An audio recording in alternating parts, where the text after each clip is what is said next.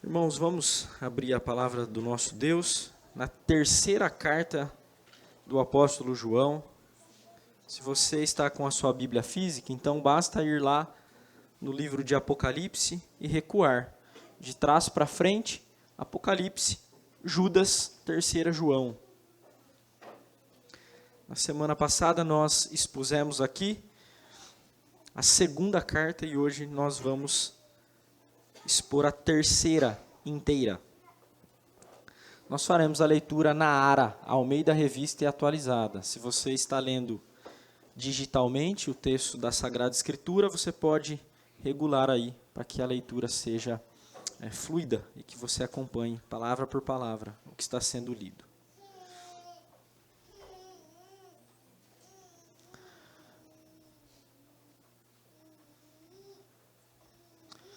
Terceira carta de João, diz assim a palavra de Deus: O presbítero ao amado Gaio, a quem eu amo na verdade. Amado, acima de tudo, faço votos por tua prosperidade e saúde, assim como é próspera a tua alma. Pois fiquei sobremodo alegre pela vinda de irmãos e pelo seu testemunho da tua verdade. Como tu andas na verdade. Não tenho maior alegria do que esta, a de ouvir que meus filhos andam na verdade. Amado, procedes fielmente naquilo que praticas para com os irmãos, e isso fazes mesmo quando são estrangeiros, os quais, perante a igreja, deram testemunho do teu amor. Bem farás encaminhando-os em sua jornada por modo digno de Deus, pois por causa do nome foi que saíram, nada recebendo dos gentios. Portanto, devemos acolher esses irmãos para nos tornarmos cooperadores da verdade. Escrevi alguma coisa à igreja, mas Diótrefes, que gosta de exercer a primazia entre eles, não nos dá acolhida. Por isso, se eu for aí, far-lhe-ei lembradas as obras que ele pratica, proferindo contra nós palavras maliciosas, e não satisfeito com estas coisas, nem ele mesmo acolhe os irmãos, como impede os que querem recebê-los e os expulsa da igreja. Amado, não imites o que é mal, senão o que é bom. Aquele que pratica o bem procede de Deus. Aquele que pratica o mal jamais viu a Deus. Quanto a Demétrio, todos lhe dão testemunho, até a própria verdade, e nós também damos testemunho, e sabes que o nosso testemunho é verdadeiro.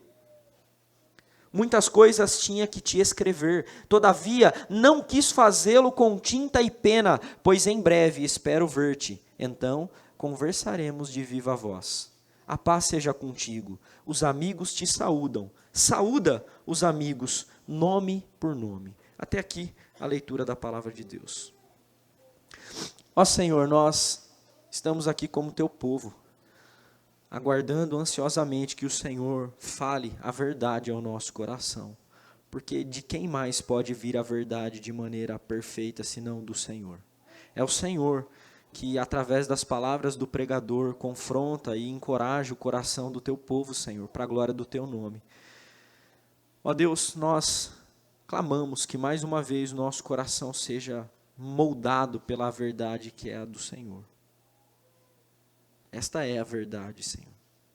Nós rogamos que as respostas que devemos dar às várias situações que acontecem no dia a dia, na igreja e fora dela, sejam orientadas pela verdade.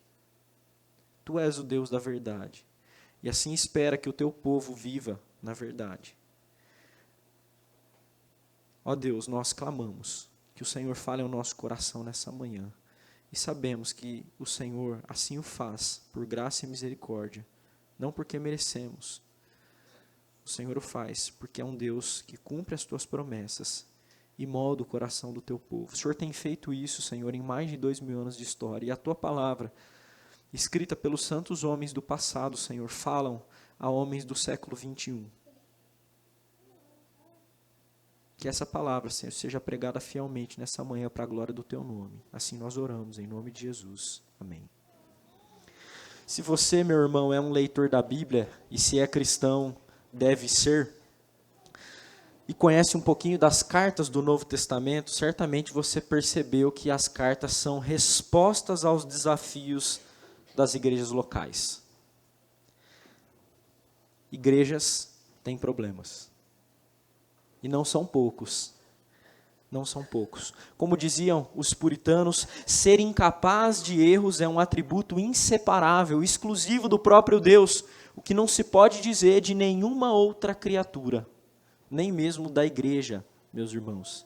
Deus há de purificar por completo a igreja e há de apresentá-la gloriosa. O Senhor Jesus apresentará a igreja gloriosa. Mas na igreja nós temos desafios, irmãos. E os desafios não são poucos.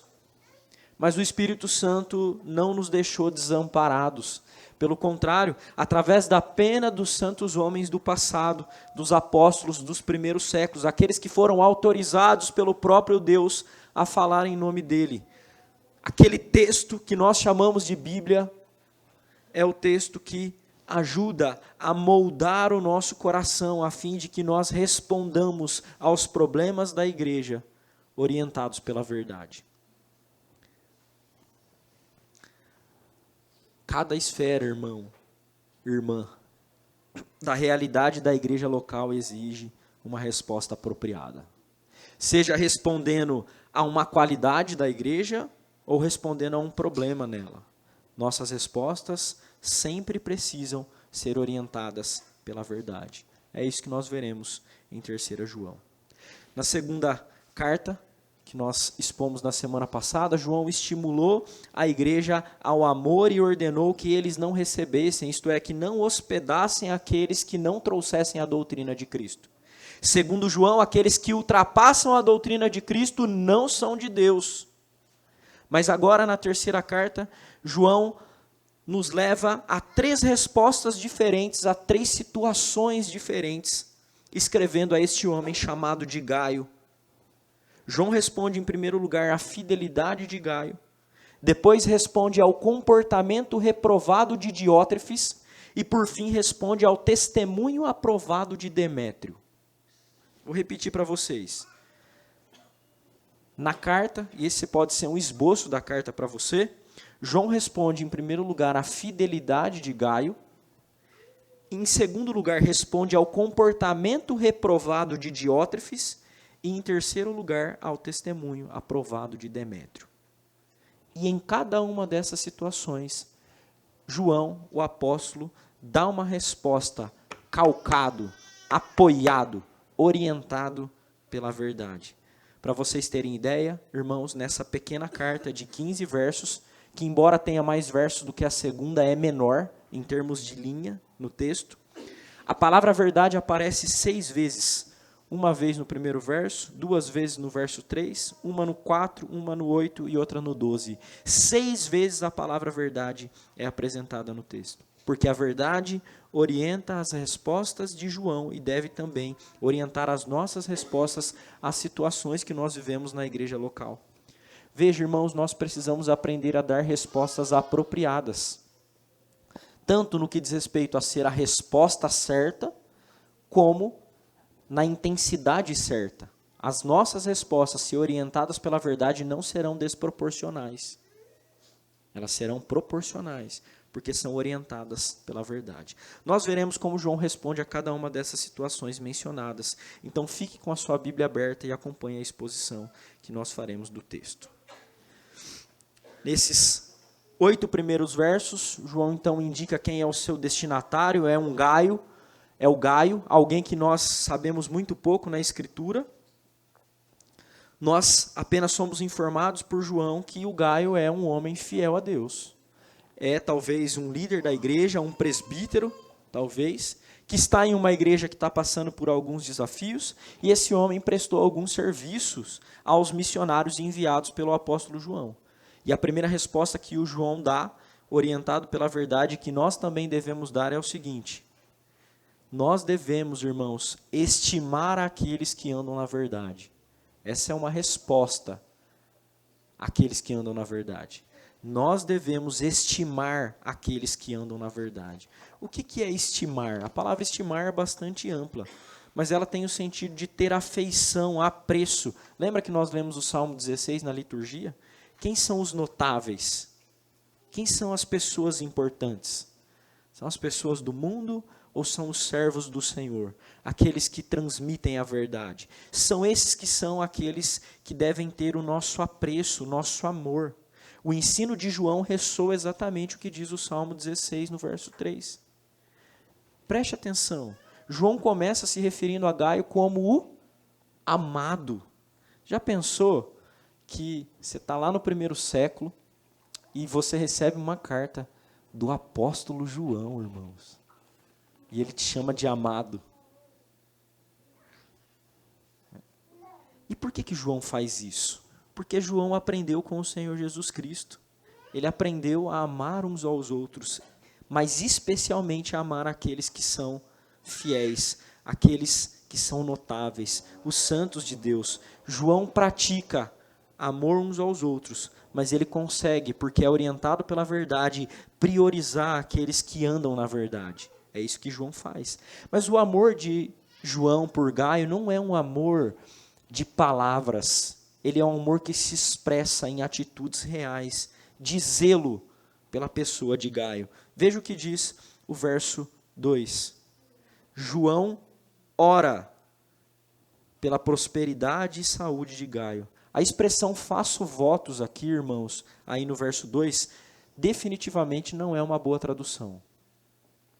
Porque é como se João estivesse tentando fazer um voto para que Gaio tenha saúde e prosperidade. Não, o texto está dizendo que João ora por ele.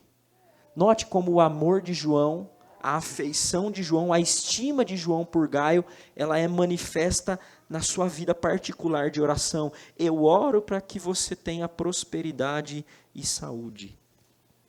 Essa prosperidade aqui não é visando que Gaio seja enriquecido e se torne o homem mais rico, de maneira alguma. É uma prosperidade que permite que Gaio continue dando manutenção aos santos. Para que são os nossos recursos, irmãos? Para darmos manutenção aos santos de Deus, que é algo que Gaio faz. Esse verso, segundo verso da carta, é talvez o principal verso que dá apoio para as nossas orações por saúde e prosperidade física. E não entenda a prosperidade como entendem os neopentecostais, tá? De forma alguma. Só tem esse texto no Novo Testamento que recomenda orarmos pela saúde física de alguém. Esse é o único texto. Já parou para pensar nisso? Então isso indica para a gente, irmão, sim, nós podemos orar por esse tipo de coisa, por coisas materiais. Nós podemos fazer isso. Tá? Existem outros textos que não são tão claros, né? O apóstolo Paulo escreve aos Filipenses que as vossas orações e súplicas sejam conhecidas diante de Deus com ações de graças. É verdade, mas aqui João é específico, ele ora pela prosperidade e saúde físicas de Gaio. E esse é o texto que diz a nós cristãos que nós podemos orar pela saúde física de alguém. Mas não é curioso, irmãos, que a gente ora muito mais pelas coisas físicas do que pelas coisas da eternidade? Sabe por quê? Porque às vezes os nossos afetos não estão orientados pela verdade. Na igreja, a gente vê gente assim, às vezes, olha, eu estou orando por tal pessoa que está enferma. Aí você pergunta assim, mas ela é crente? Não. Mas está orando para quê? Para que Deus a cure. Não, irmãos. Um coração orientado pela verdade prioriza aquilo que deve ser priorizado. A cura não é mais importante do que o estado da alma. Por isso que João diz, eu quero e eu oro para que a tua prosperidade e saúde cresçam, prosperem, do mesmo jeito que a tua alma é próspera. Então, João está orando pelas necessidades físicas de Gaio, porque ele não precisa orar pelas necessidades espirituais. Mas a maioria de nós faz o inverso. Talvez o nosso coração não esteja orientado pela verdade, nós damos respostas, irmãos, que não são adequadas. A verdade deve orientar as nossas afeições, e afeições orientadas pela verdade não priorizam coisas que são secundárias. Mas João não apenas ora por Gaio, ele também se alegra por ele. Olha o que ele diz nos versos 3 e 4. João recebe um testemunho a respeito de Gaio. Os missionários que ele enviou agora voltam. Provavelmente João estava em Éfeso aqui, não temos como afirmar, mas provavelmente estava em Éfeso. Eles voltam com um relatório dizendo que Gaio é um homem fiel. Então João diz: não tenho maior alegria do que esta, a de ouvir que os meus filhos andam na verdade. Ele se alegra profundamente. Olha as afeições de João.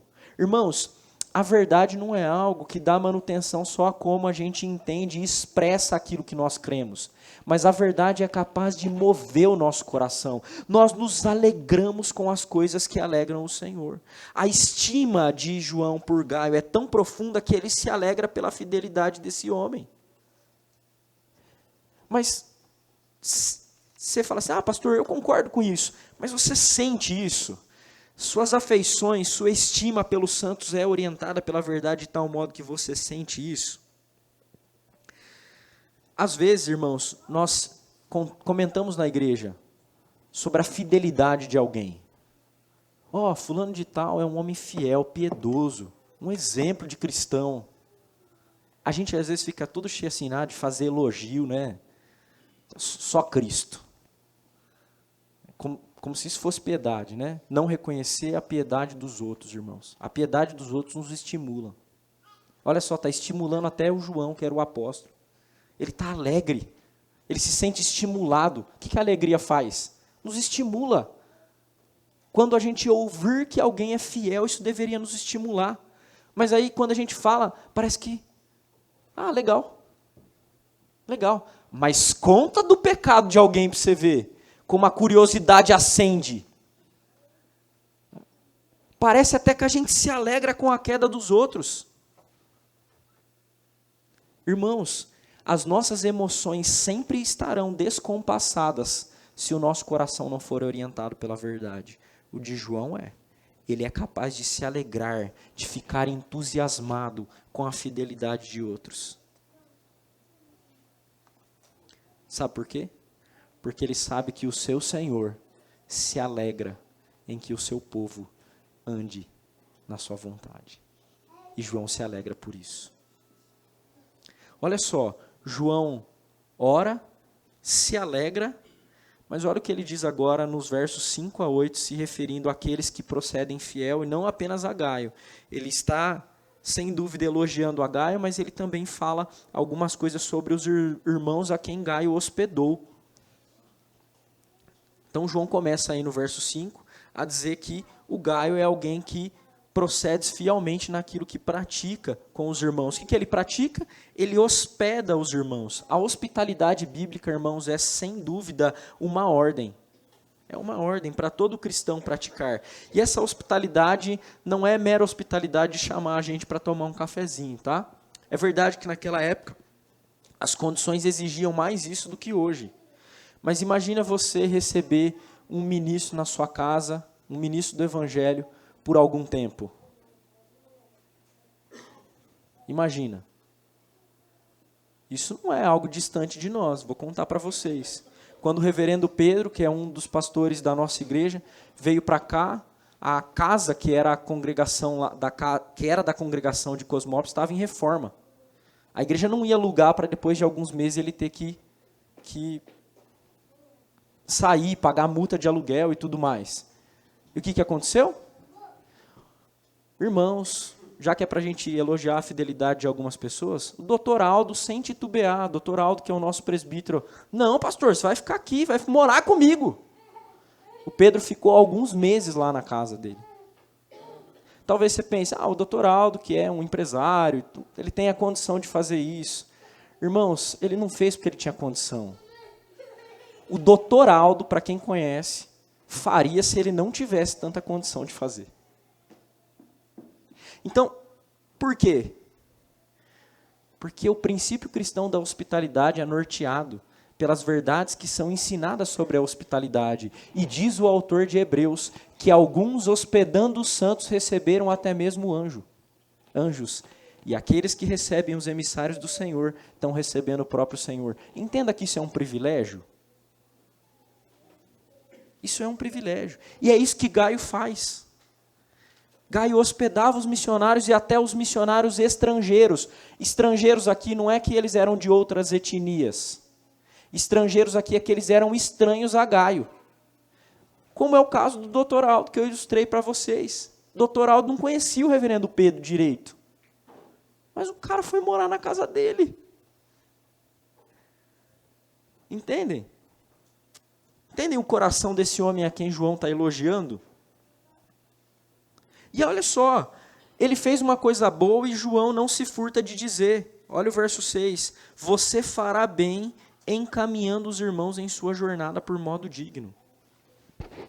O que João quer dizer? João está dizendo, Gaio, você está ajudando essas pessoas, dando amparo para elas. A manifestação do amor de Gaio pelo povo de Deus, pelo reino. Até mesmo os estrangeiros que são emissários do Senhor, os estranhos. Ele não conhecia, ele hospeda. Hospedar alguém dá custo, irmãos. Principalmente naquela época. Hospedar significaria dar comida. Tá?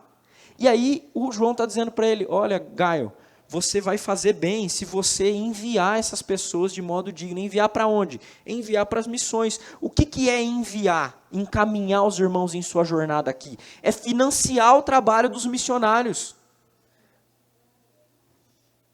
É isso. Lembra que Jesus ensinou que os discípulos deveriam ir e não levar nada. Eles não deveriam levar nada. Eles deveriam receber. Porque eles estavam indo entregar a mensagem do Evangelho. Essa é uma maneira, irmãos, em que a nossa estima aos que andam na verdade se manifesta, dando amparo, dando sustento. Afinal de contas, olha o que João diz no verso 7. Estes saíram por causa do nome, nada recebendo dos gentios. O nome aqui se refere ao Senhor Jesus Cristo. Essa é uma expressão que é usada várias vezes no Antigo Testamento. E o nome lá se refere a Yahvé. Quando João diz isso aqui, ele está dizendo exatamente que Jesus Cristo é Deus. Que é o Senhor da igreja. João vê o Senhor Jesus Cristo como o próprio Deus. Eles saíram pelo nome, para fazer o nome do Senhor Jesus Cristo conhecido. E eles não receberam nada dos gentios. O que João quer dizer com isso? João quer dizer que quando eles foram enviados a uma comunidade, para ali pregar o Evangelho, eles não esperavam receber o sustento daqueles que estavam lá, para quem eles pregavam. Isso acontece. No nosso dia a dia a gente não percebe. Hoje a nossa igreja está crescendo e tem algumas entradas, embora nós não falemos muito de dinheiro aqui, mas quando o trabalho começou aqui, a Aliança plantou um evangelista aqui, patrocinou sem exigir nada das pessoas a quem o Renato estava pregando o evangelho nos primeiros dias. O mesmo aconteceu comigo quando o Renato foi para o seminário e eu vim para assumir a igreja como pastor. Então, não exigindo nada. Entendem? O sustento deve ser oferecido por quem envia. É isso que João está ensinando. Irmãos, isso é uma forma de estima, isso é uma forma de valorizar o trabalho do reino. Exatamente isso. Esses missionários, pelo nome de Jesus, avançavam e deveriam ser sustentados pela igreja. E Gaio, como líder da igreja, deveria encabeçar esse sustento daqueles que estavam sendo enviados. Olha o que João diz no verso 8. Devemos acolher esses irmãos para nos tornarmos cooperadores da verdade.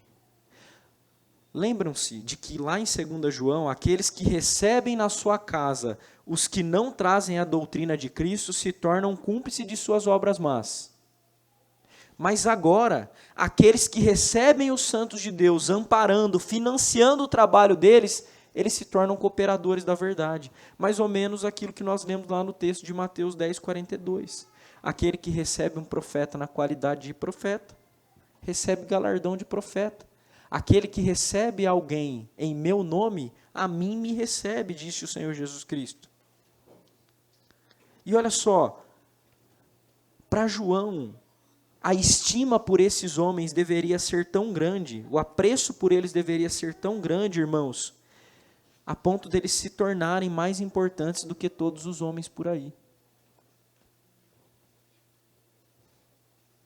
Aqueles que pregam o evangelho devem ser estimados, devem ser amparados. Vocês devem orar por eles, se alegrar com o trabalho fiel deles, quando é fiel, obviamente, e devem sustentá-los no trabalho do evangelho. Todos os pastores da nossa igreja são generosamente sustentados, irmãos, para que eles façam o trabalho de ministros do evangelho. Além disso, a nossa igreja coopera diretamente com 2 trabalhos missionários fora do país. 2 trabalhos. Um na Espanha, outro na Albânia. Mas sabe de uma coisa? Não é só para o nosso conhecimento. O que isso exige é que nós entendamos a participação nesses trabalhos como privilégios. É isso que João quer ensinar. Por quê? Porque nós estimamos aqueles que trabalham no reino, mesmo quando há algum grau de divergência do trabalho. Mesmo quando há algum grau de divergência. Afinal de contas, irmãos, isso é um privilégio. E ampararmos pessoas que estão na linha de frente faz de nós cooperadores da verdade. Cooperadores da verdade. É como se você estivesse lá. Isso é um grande privilégio. Nós aprendemos nesses primeiros 8 versos da carta que a nossa resposta à fidelidade daqueles que vivem, aqueles que andam na verdade, é estimá-los. E isso implica, irmãos, em amá-los, orar por eles, se alegrar com o trabalho deles e ampará-los financeiramente. Agora, nos versos 9 e 10, nós veremos uma outra resposta a uma situação diferente, que requer uma resposta apropriada. E essa resposta apropriada é que nós devemos reprovar aqueles que se opõem à verdade. Nós devemos reprovar aqueles que se opõem à verdade.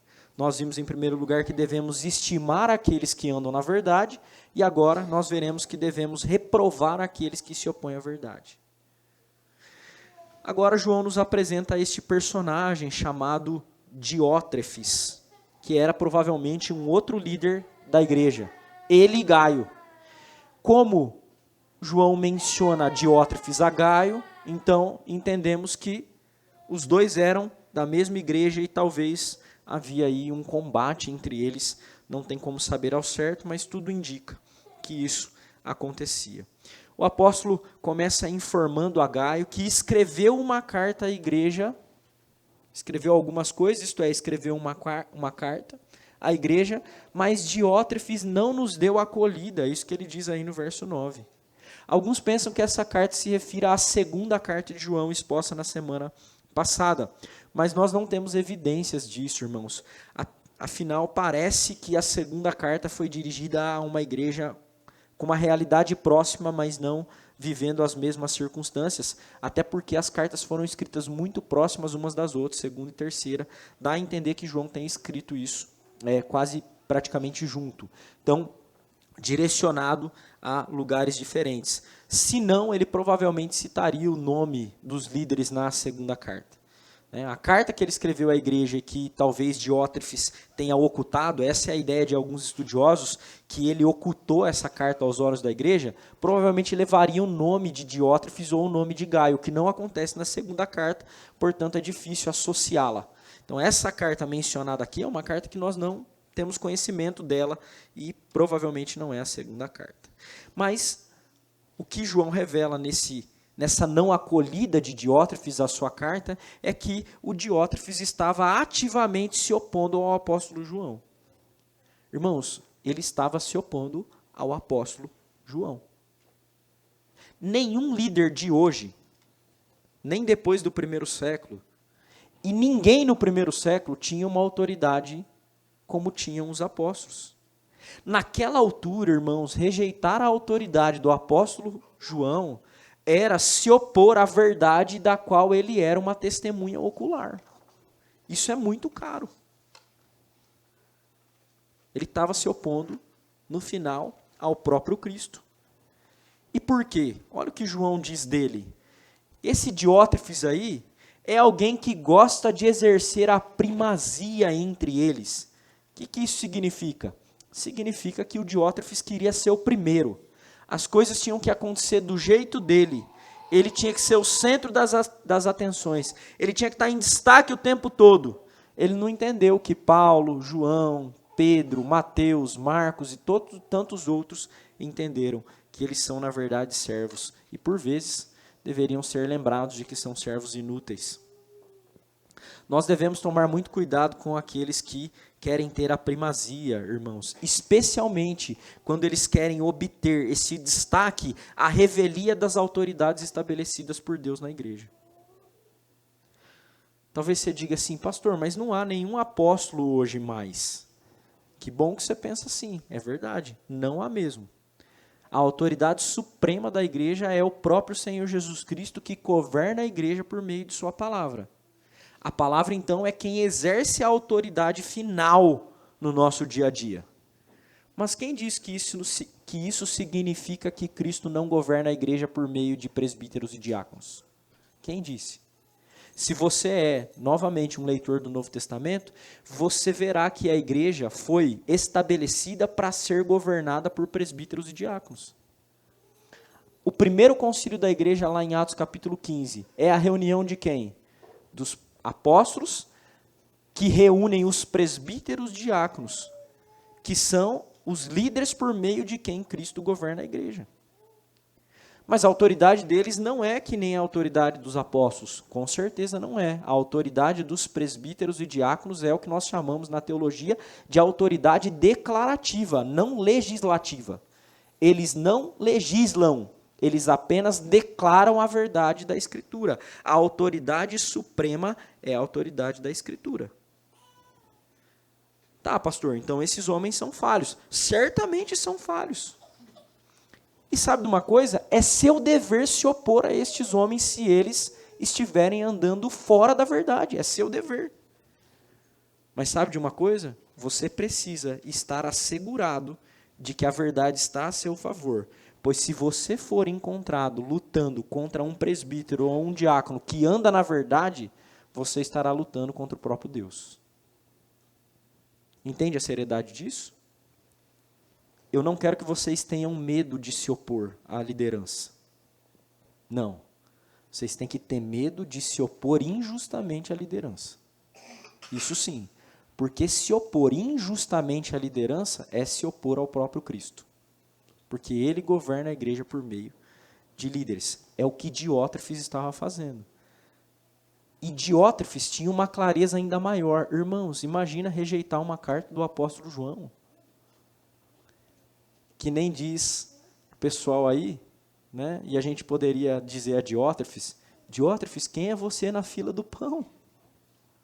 Né? A gente nem sabe nada de Diótrefes, mas de João a gente sabe. Era isso que ele estava fazendo, e isso era perigoso. Além disso, irmãos, o que esse texto nos ensina é que na igreja as coisas não acontecem do jeito que a gente quer. Nenhuma igreja séria não acontece nem do jeito que o pastor quer. Não acontece. E a pergunta é essa. O que Cristo quer, não o que eu quero. Não aquilo que é confortável para mim. A igreja tem um só Senhor, ela só tem servos depois.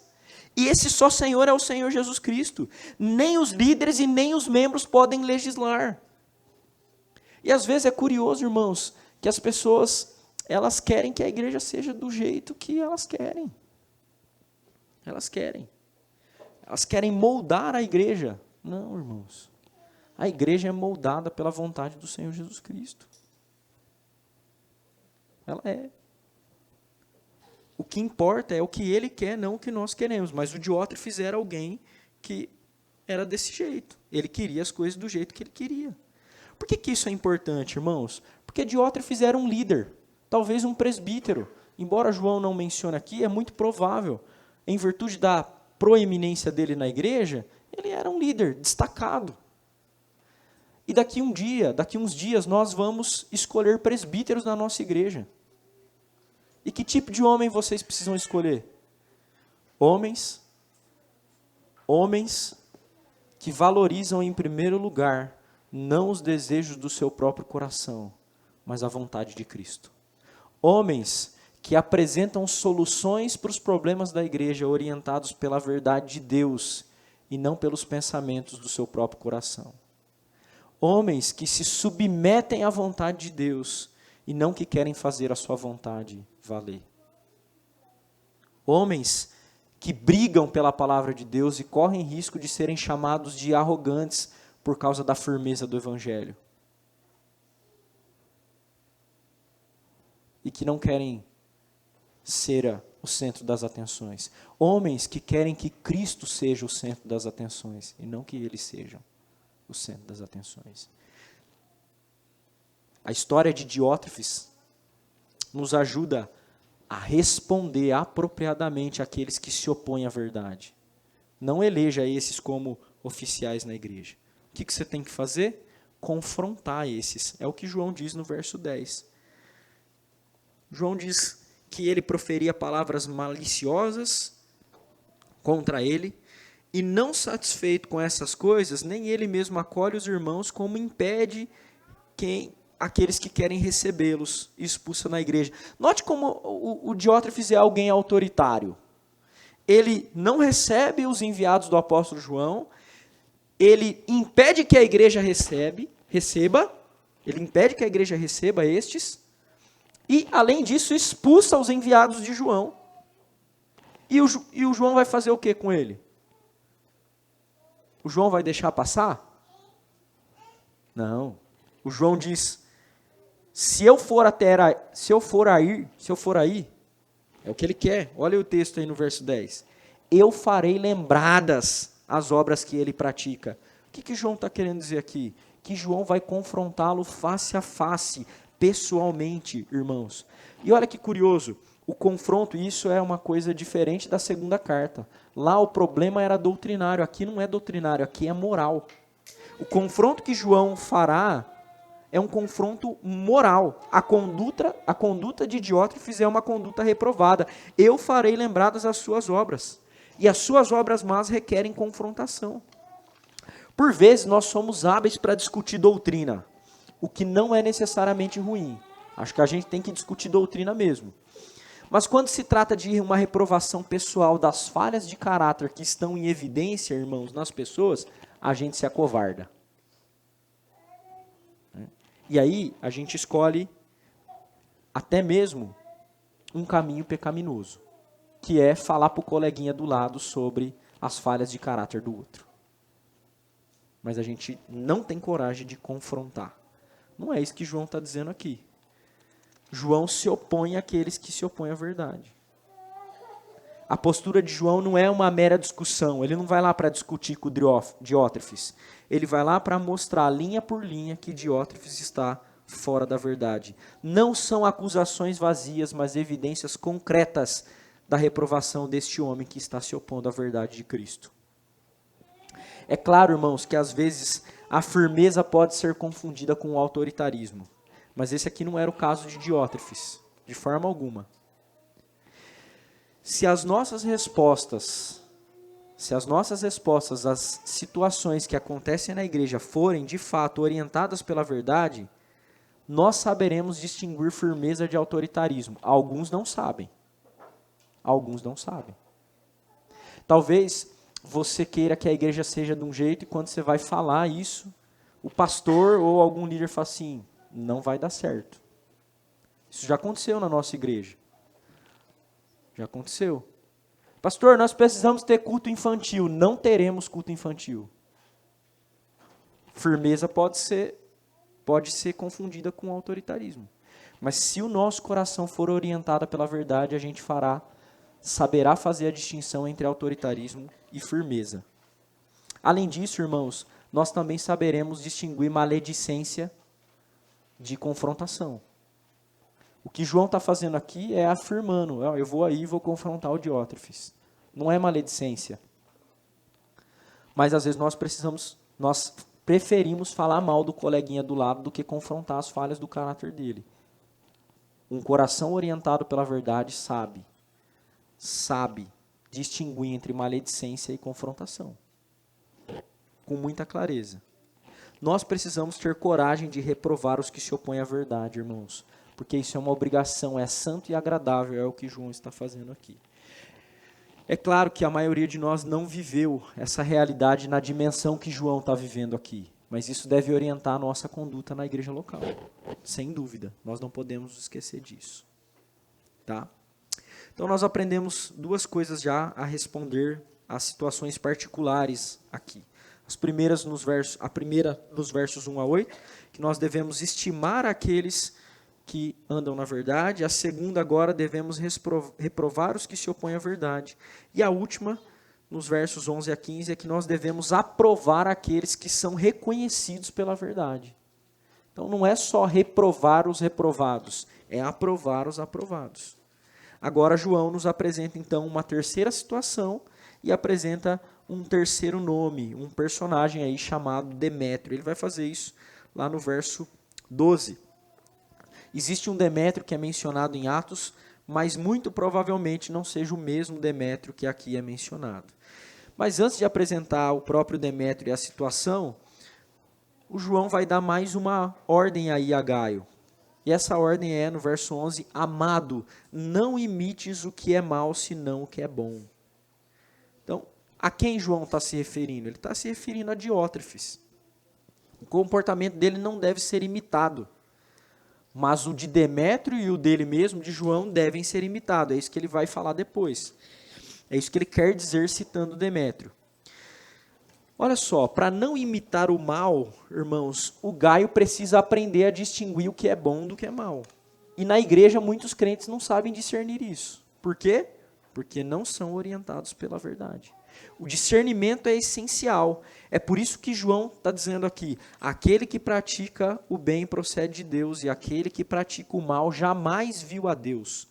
Os crentes precisam distinguir quem são de Deus e quem não são. Ele faz isso, João ensina isso na segunda carta também. João diz que aquele que pratica o mal jamais viu a Deus. Aí você pode pensar assim, pastor, ninguém jamais viu a Deus. É verdade. O mesmo João escreve lá no Evangelho, ninguém jamais viu a Deus. O Deus unigênito que está no seio do Pai é quem o revela, é quem o revelou. Deus só foi visto e será visto por meio de Cristo, nosso Rei, que é Deus homem. O apóstolo Paulo também escreve que Deus habita em luz inacessível, a quem homem algum jamais viu nem é capaz de ver. Paulo está se referindo a Deus Pai. Por isso, o que o João quer dizer aqui como jamais viu a Deus precisa ser interpretado não literalmente, tá, irmãos? João está afirmando que a conduta má de Diótrefes revela que ele não é de Deus. O que é não ter visto a Deus? É não ser um crente, é não conhecer. Diótrefes é, na percepção de João, e lembremos-nos de que João está escrevendo inspirado pelo Espírito Santo, alguém que não é de Deus porque é um falso crente. É isso que João está dizendo. Líderes cristãos, ou mesmo não líderes que são cristãos, com certeza erram e cometem pecados, irmãos. E cometem até pecados graves. Eles cometem. E isso não faz com que eles deixem de ser de Deus.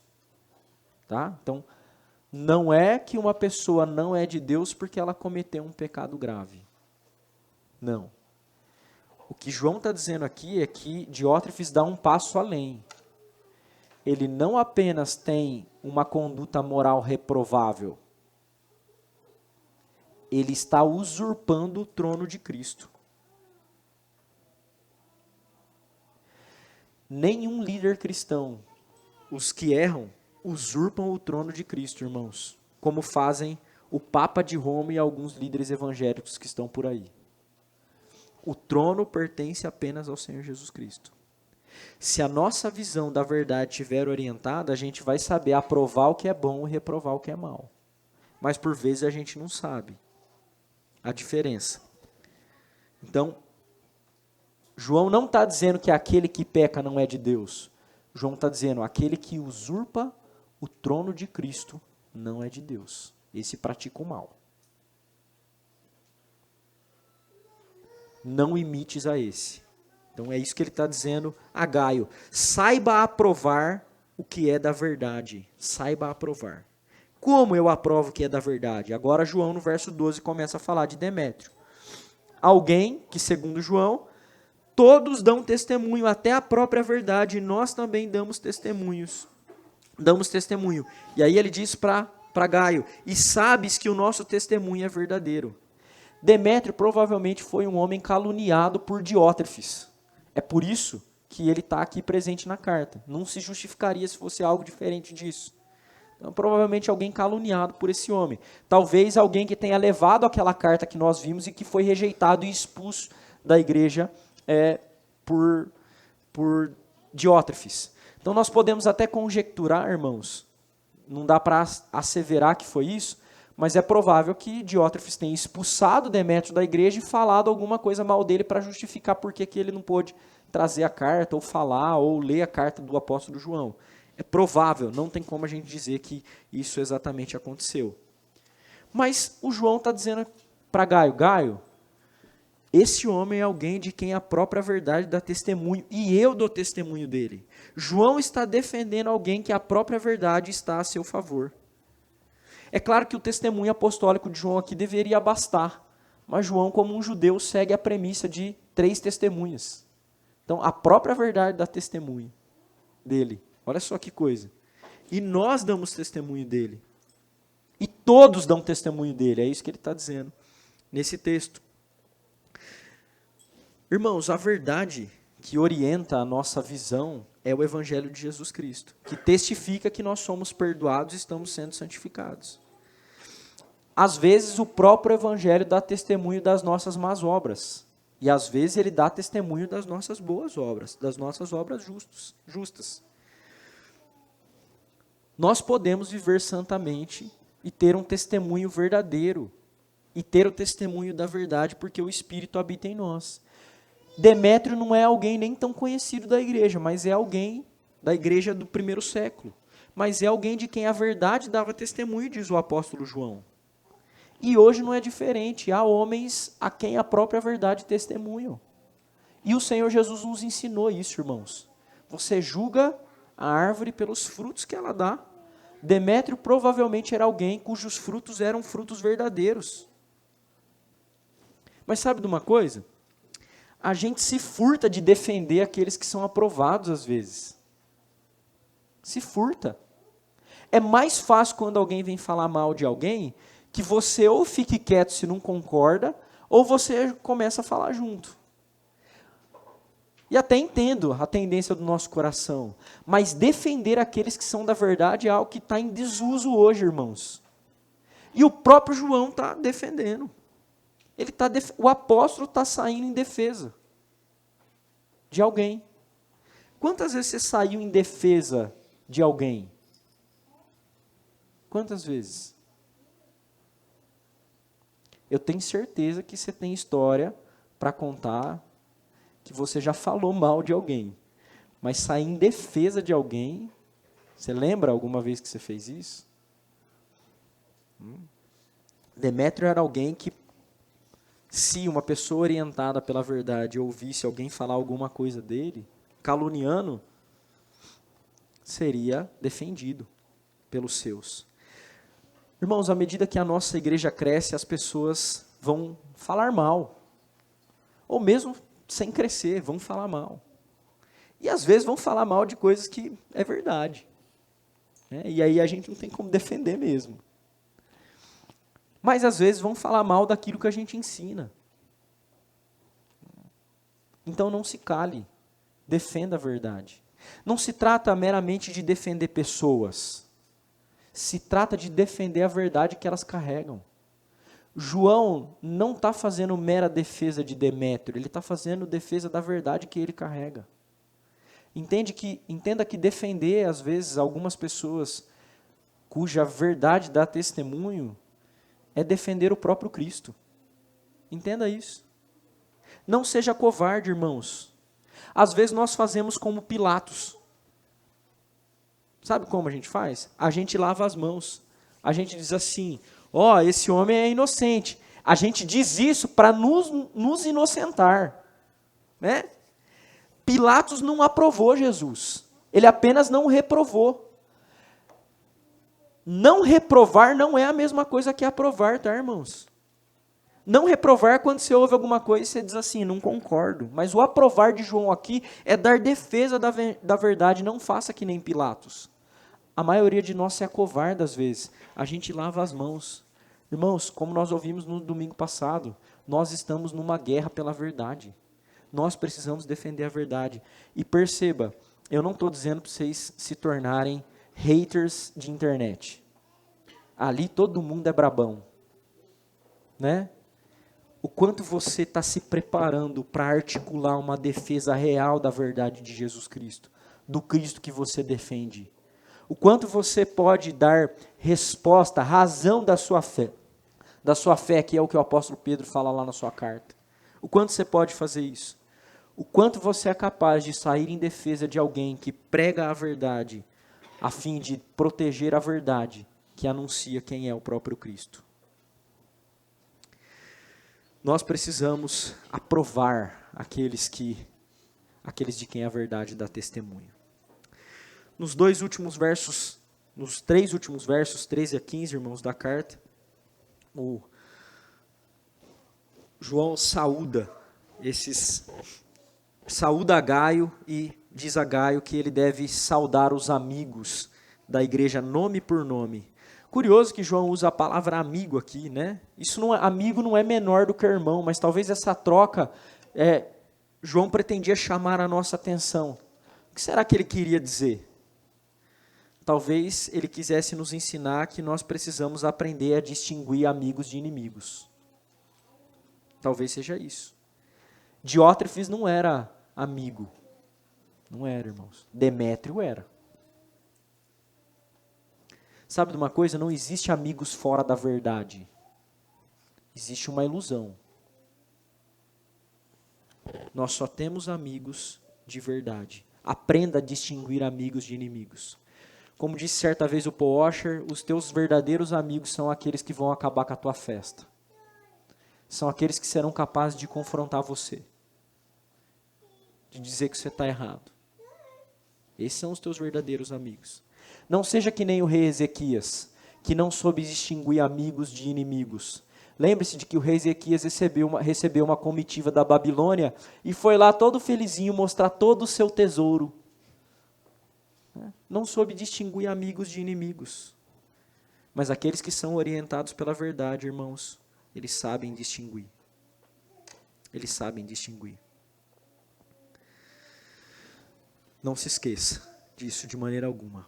Para responder apropriadamente às várias situações da vida da igreja e de uma igreja em que seus membros são pecadores, nós precisamos, irmãos, estar calcados, orientados pela verdade.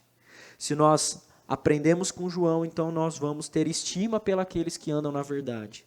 Nós teremos afeições, eles serão notáveis, importantes para nós. Lembre-se que a verdade modula o nosso coração e os nossos sentimentos. Mas nós também seremos capazes de confrontar face a face aqueles que se opõem à verdade. A gente não se acovardará desses, porque afinal de contas, nós estamos indo em nome do Senhor Jesus Cristo. Não em nosso próprio nome, quando reprovamos aqueles que se opõem à verdade. Por fim, nós aprovaremos aqueles sobre quem a verdade está a favor.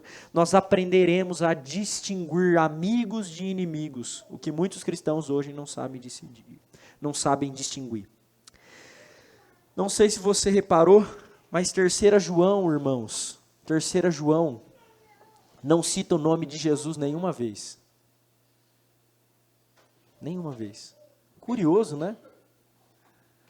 E até desconfortável para uma comunidade cristocêntrica que espera Cristo o tempo todo. Então, na sua casa, faça a leitura novamente. E em todas as vezes que você vir a palavra verdade, que se repete 6 vezes, coloque o nome de Jesus. Ele é a própria verdade. Se você quiser dar respostas apropriadas aos desafios e situações da igreja, olhe para Jesus. Olhe para Jesus, porque ele estimava quem deveria ser estimado, ele reprovava quem deveria ser reprovado, e ele sempre aprovava quem deveria ser aprovado. Ele nunca errou, lembre-se disso. Vamos orar. Ó Senhor, nós estamos reunidos aqui como testemunhas da verdade, e rogamos que o teu nome seja glorificado, Senhor, através das respostas que damos às várias situações que acontecem na igreja local. Louvado seja o teu nome, Senhor. Glorificado seja. nós rogamos que o Senhor guarde o nosso coração em amor, em verdade, para que vivamos de maneira agradável ao Senhor. Assim nós oramos, em nome de Jesus. Amém.